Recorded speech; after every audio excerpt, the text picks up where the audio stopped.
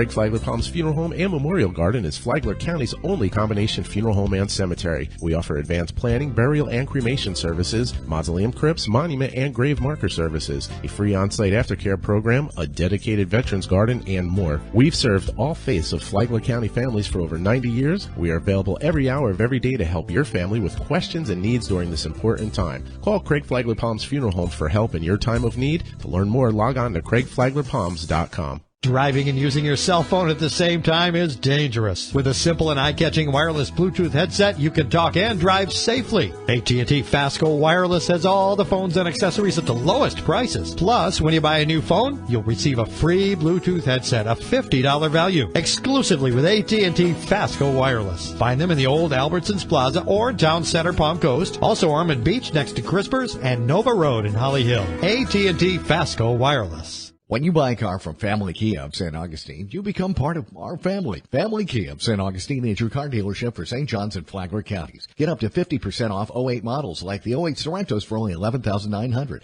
08 Sportages for only $8,900, 08 Spectres for only $7,900. You can drive the all-new 2010 Kia Soul for only $159 per month, and all these great cars come with the Kia 10-year, 100,000-mile warranty. Kia, the power to surprise. Buy from Family Kia of St. Augustine, home of the red carpet treatment.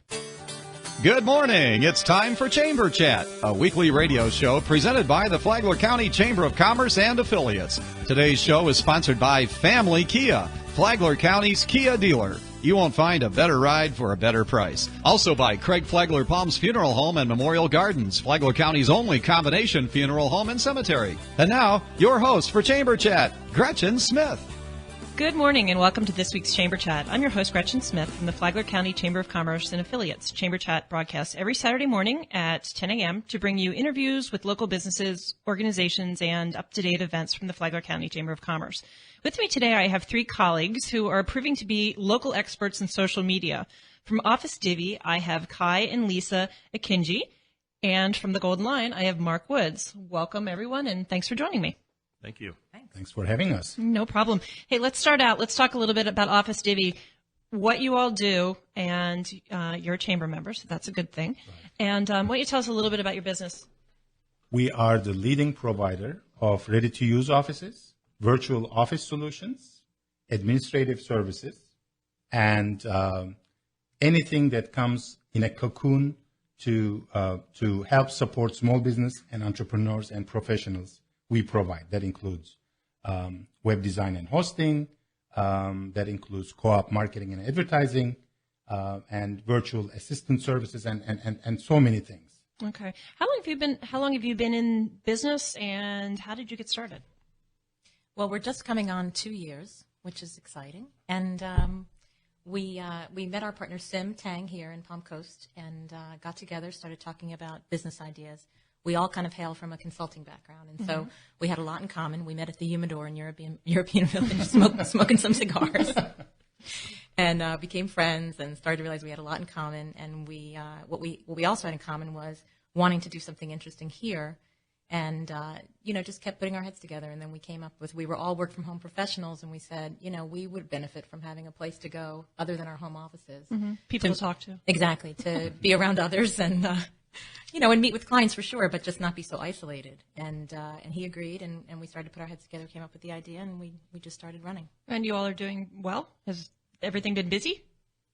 It takes work every day, but it's been busy, Okay. and we're doing well, and we come in contact with some of the coolest, most interesting people in Flagler County. We're a magnet for entrepreneurs and small businesses, and you really get to see people at their best, and they're like any other small business, they're figuring it out, and some people are more mature in what they're doing than others, but it's just such a great collection of people. It really keeps you on your game, and it keeps you optimistic every day, so that's a good thing. That's very good. Yeah. Mark, how about you? What do you do? Well, I call myself the purveyor of good times. Oh, my gosh.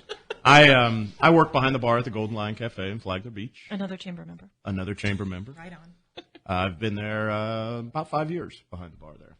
So that's basically it. I socialize every day as part of my job. Okay. And you have a good radio voice, too, by the way. Thank you very much. Okay. And I heard you might sing later. Just kidding. I don't know about that. All right. Well, what all of us have in common here is that we're at varying degrees. I'm definitely the social media novice. But the three of you have done a great job of getting your name out there and trying to use different social media genres, platforms, whatever words we want to use. And I just wanted to open it up and talk about, what you like, what's working, how it's helped your business, and, just what small business should know about social media, just as a kind of 101 tutorial type of thing. So why don't we start out? How are you involved, Kai? I was forced to be involved. Okay. By your wife? Lisa. Yeah. Exactly. Oh, really? Yeah. There are many platforms out there, as you said, but I think the three critical platforms that are out there that most professionals and business owners are familiar with are Facebook, LinkedIn, and Twitter. Mm-hmm. And then there's a bunch of others out there that probably are more niche than mainstream. Obviously, I was involved with Facebook as an individual to revive some past connections that, with people who either are dear to me or within my extended family, or our paths crossed at one point in our lives, and just wanted to reconnect. And that's been a great tool for past revival. I personally have been on LinkedIn because I'm actually a management consultant, and professionally that helps me.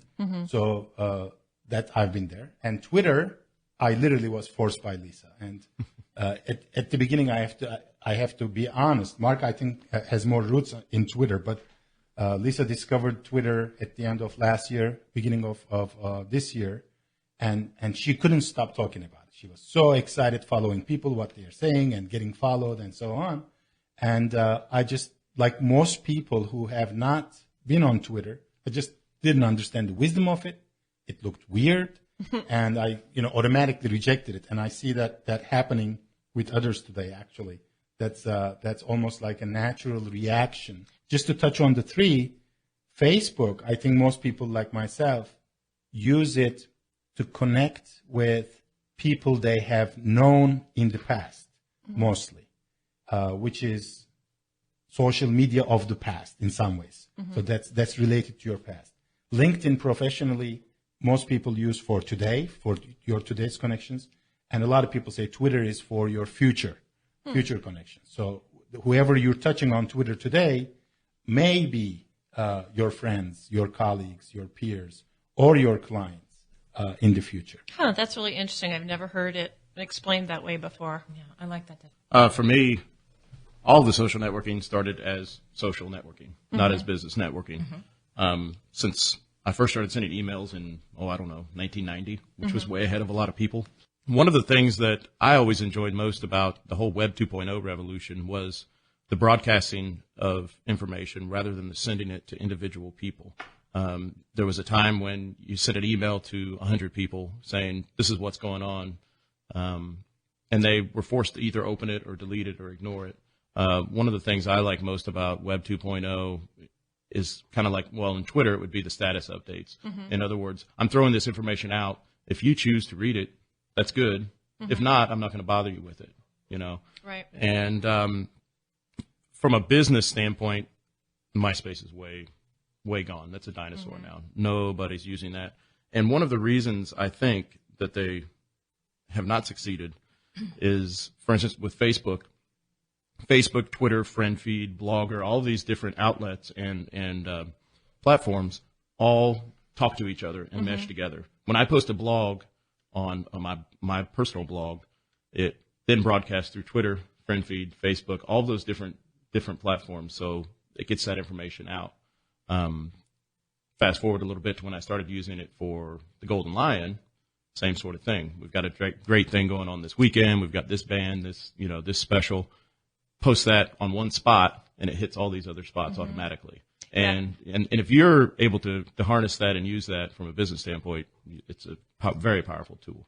I've found that this definitely adds to any efforts that I'm making to try to get more, press, more notoriety, more, just visibility for different events.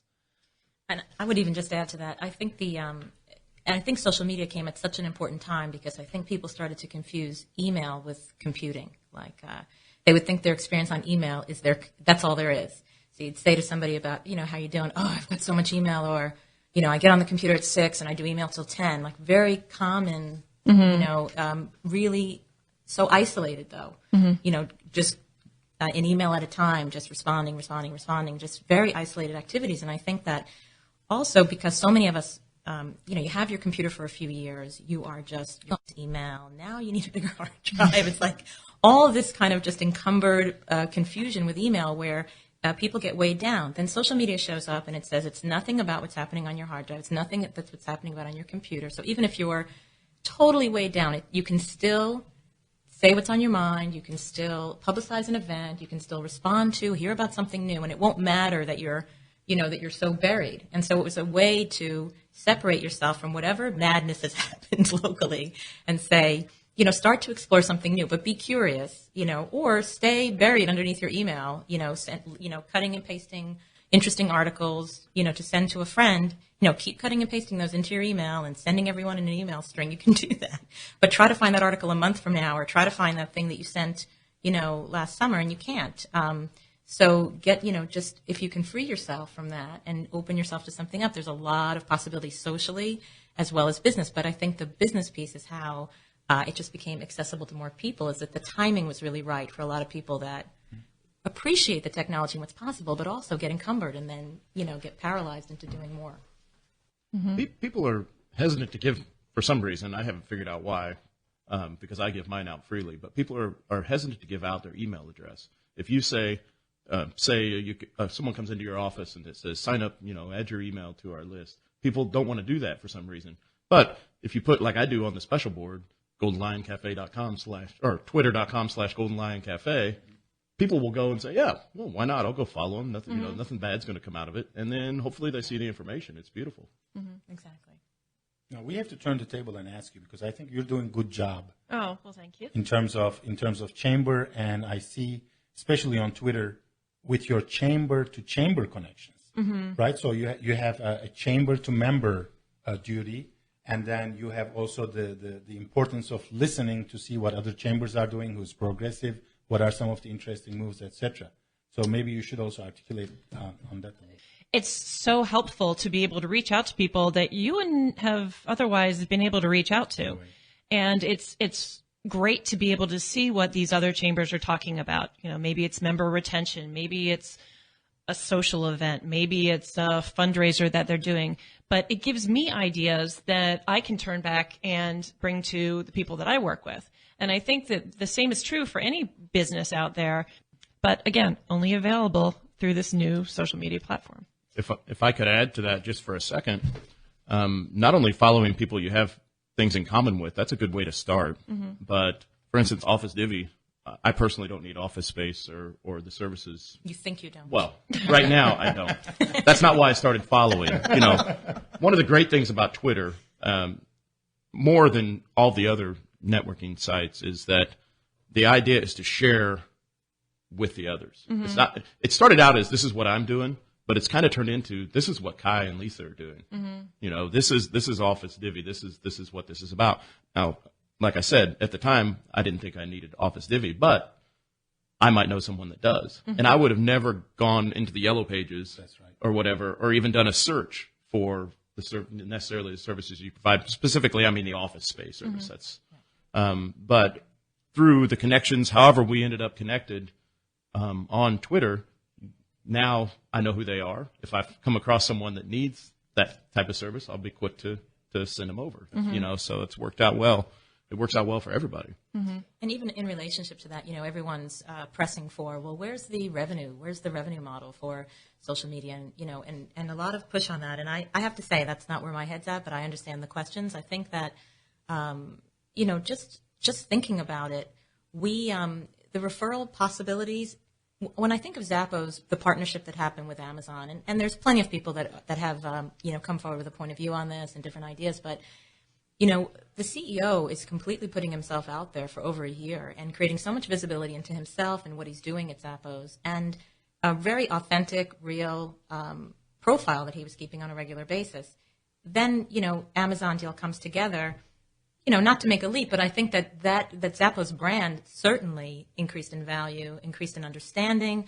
We started to really understand that brand. The term verbal brand, which I think is great. And for us, we look at, okay, what are the qualities or the attributes of our verbal brand? Because these social media forms force you to have to think about it and start to say, let's put what we think our brand is into words. It's not any longer palette or font or, it's something very different. So for the stories of Zappos, I appreciate that because that's maybe less tangible of what is the value of that social media work that was done for over a year. It just gets lost in the Amazon deal, but it's a very large component of what happened. Sure. And I think when we ask, okay, so what does that mean on the grassroots level for a small business owner who's listening to the show who says, okay, I'm in, I'm curious, and I'm not afraid. I'll set up an account, but I just don't know what to do. The ideas of starting to follow people that you're similar to. But the big messaging is the authenticity. What you're doing is you're saying, I'm okay with customers getting to know my company through my voice or the voice I share if it's multiple people on an account representing a company. You're saying, I'm okay with people getting to know me, and it'll be transparent, that there'll be things that are maybe visible about my company that are, what I want to be seen, and maybe some things that are subtle that maybe I don't want to share. But you have to be willing to be authentic. I'm not saying you have to be, but I think that those are the accounts or the social media brands that we're going to see that are really going to continue to flourish. Are the brands that are willing to be, I hate to keep using the word authentic. I know there are other good words, but it is that. Genuine, something genuine. Thank you. You said something about the financial model. Okay, I keep getting followers on Twitter who talk about making money. And let me show you how you can go on Twitter and you can make money, make millions. What in the world are they talking about? Those are the people that I usually do block. Those and the come see my hot pictures. Oh yeah, those are all over. Those get blocked too. I don't think that the chamber would appreciate that those people are following me. So those guys get kicked to the curb too. So what is this? Do anybody know what exactly it means? I don't know so much that there's any more get rich quick, spectacular get rich ideas on Twitter than there are anywhere else. Right. I just think it's just another forum to make millions. I'm sure someone sometime will make millions, but that's going to be the exception. But you can generate some revenue. It's hard to count it. It's hard to measure it. But when I send out something from the Golden Lion that says, come out tonight for Margarita Mondays, specials on this food, special on margaritas, and people show up and they say, oh, I saw you because I was on Twitter. The Golden Lion just made money because of that. Right. And the most important thing is that other than my time, it doesn't cost anything. Exactly. At this point. Yeah. It may in the future. But right now it's a free platform to broadcast your business. But you mentioned one thing that I've found over the past several months that I've been doing this is that the time component. How do you keep all these different platforms going at once without getting totally sucked into the social media vortex of time? People have asked me that before. Sure. I don't remember what the occasion was, but I was Twittering something, and of course I do a lot of mine from my Blackberry, or you could do it from your phone. I do most of my updates via text. And I think I said something about going to Burger King, and someone said, boy, I wish I had all the time you do to update everybody what I'm doing. But it kind of comes back to what I said before. If you utilize the technology that's available, for me, it was just a matter of I was sitting at a light and I sent out a text message. I just happened to send it out to 2 or 3 different places and updated all of those platforms at the same time. From your desktop, there's a myriad of applications. I log into 4 Twitter accounts at the same time from my laptop or desktop. So okay, what about maybe you, Lisa? One of these would Lisa, like how to many expand on Twitter it. accounts do you have? Do I have to say? Yeah. Well, I have a personal Twitter account. I've got Office Divvy that I share, and then I have Rotary for Flagler that I just set up for Flagler County. So I'm managing 3 at a time. But I think your point's awesome. So it's like the people that are listening. We always hear the naysayers that are saying, you must have so much time and this and that. But if we're starting our day, reading the paper and reading our articles and doing our rituals that we do every day, and now just sharing them, the time that's adding to my day is just so marginal. I think to Mark's point, it's the same thing. It's like you're doing it in parallel now. It becomes natural. And if you're doing it in an authentic way, I think that the early stages when it's all new and you're researching, that's research. When I'm studying the landscape of who's out there and I'm reading, and I mean that because I found that a pleasure. Like it was really satisfying to learn so much about it. But on a day-to-day, it's really woven into the day, so it's a little hard to say, what does that really equal? I don't know, Kai. You're at the same time building an asset for your organization, or if you're a person, for your personal brand. So it is in some ways an investment. So your time is not truly wasted, but it is more invested. If you're creating the brand awareness for your personal name or your business name, there is a value in that. I mean, so much so actually you can put it on your balance sheet, right? How much is your Twitter or account or Facebook fan page worth? But aside from those, we have, for instance, I'll give you one example. We are a Palm Coast, Flagler County company, Office TV. We provide our services in this landscape. One of the things that we do, actually, much like a chamber or a couple of other organizations like Enterprise Florida or others, we reach out to other counties around Flagler County, as far south as South Florida, like Boynton Beach, as north as Jacksonville, or west as Tampa or Gainesville. And we court people to create a presence here in Flagler County because we provide them the platform to start a location instantly and affordably.